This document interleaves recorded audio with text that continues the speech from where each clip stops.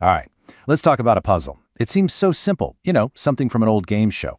But the answer to this puzzle caused a massive international firestorm. And not just with everyday people, but with some of the smartest experts in the world. And I'm not kidding about the firestorm. This wasn't just a friendly debate. The columnist who published the right answer, Marilyn Savant, got something like 10,000 letters. And a whole bunch of them, just like this one, were from academics, people with Ph.Ds., basically calling her an idiot and demanding she admit she was wrong. So this is the big question, right? How could a super simple choice, literally just picking between 3 doors, fool so many brilliant people? And more importantly, what is the real answer? Well, let's get into it. To really get this, we've got to go back to the beginning. It all started with a TV show, but it didn't become a world-famous controversy until it landed in a magazine column decades later. Okay, so here's the setup. Picture this. You're on a game show. There are 3 doors in front of you. Behind one, there's a brand new car. Behind the other 2, goats. You pick a door, let's say door number 1. Then the host, Monty Hall, who knows where the car is, opens one of the other doors, say door number 3, to show you a goat. And then he looks at you and asks, do you want to stick with your original choice, door number 1, or do you want to switch to door number 2? So the whole idea comes from the show, Let's Make a Deal. But it didn't really become infamous until 1990. That's when Marilyn Savant answered it in her column. And her advice was simple. You should always switch. And that's the phrase that just ignited this massive debate that went on for months. Now here's what's so interesting. The answer only works if a very specific set of rules is followed. And this, right here, is where most people, including all those Ph.Ds., got completely tangled up. So let's walk through these rules, because they are non-negotiable.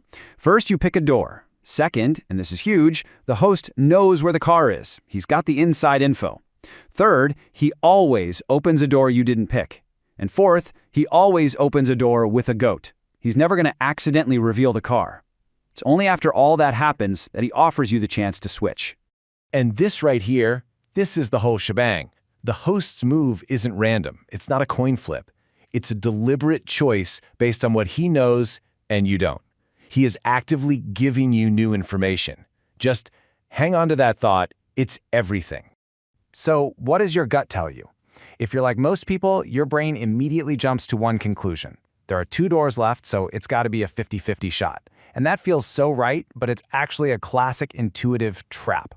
See, our brain likes to simplify things. It sees 2 closed doors, and it just resets the odds in our head to 50-50.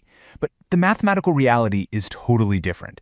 The odds are not reset. Monty's choice gave you a powerful clue, and that clue changes the game completely. Switching isn't just a coin flip. It gives you a massive advantage.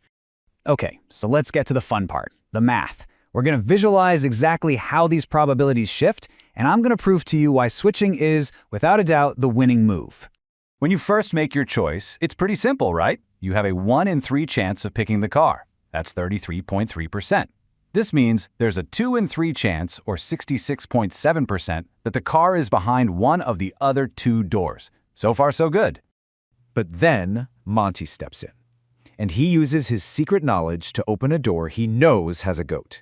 And crucially, he opens a door from that other 2 doors group, the one with the 66.7% probability. He's basically cleaning up that probability for you by getting rid of a guaranteed loser. And here it is. This is the aha moment. The chance that your first door was right never changes. It's still just 1 in 3, 33.3%. But that entire 2 in 3, that 66.7% chance that was spread across the other 2 doors, well, now it gets concentrated onto the single remaining door. By switching, you're not choosing a 50-50 shot. You're actually claiming that bigger 66.7% probability. You literally double your chances of winning the car.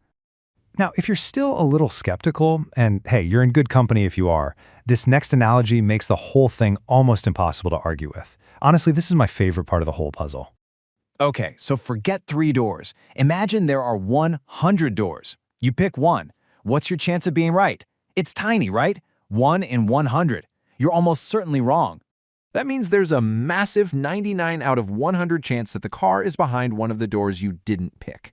Now, imagine Monty opens 98 of those other doors, and behind every single one, a goat. He leaves just one other door closed, and he asks you, do you want to switch? Of course you do. It's a no-brainer. The 3-door problem works on the exact same logic. It's just a lot less dramatic. So if the math is that clear, especially when you scale it up to 100 doors. Why do our brains fight against it so much? Well, the answer isn't in a math book. It's in psychology. It's all about cognitive biases. And people got heated about this. I mean, this is a real quote from a letter someone sent in. You can feel the emotion, the condescension, from someone who is absolutely sure they were right and the expert was wrong. This shows that it's not just a simple math error, it's a deep psychological thing. There are a few different mental shortcuts at play here. We have an anchoring bias, where we get stuck on our first choice and give it too much weight. There's status quo bias, which means we'd rather do nothing than make a change and be wrong. Switching also feels like admitting our first guess was a mistake, and our brains hate that. And of course, there's that super powerful but totally wrong instinct to just simplify the whole thing down to a 50-50 coin flip. So, here's the real takeaway. The Monty Hall problem is so much more than a brain teaser. It's a perfect case study for how easily our intuition can lead us astray. It proves that sometimes the thing that feels obviously true is in fact mathematically false. And it really makes you wonder, what other obvious truths might we be completely wrong about just because our gut tells us we're right?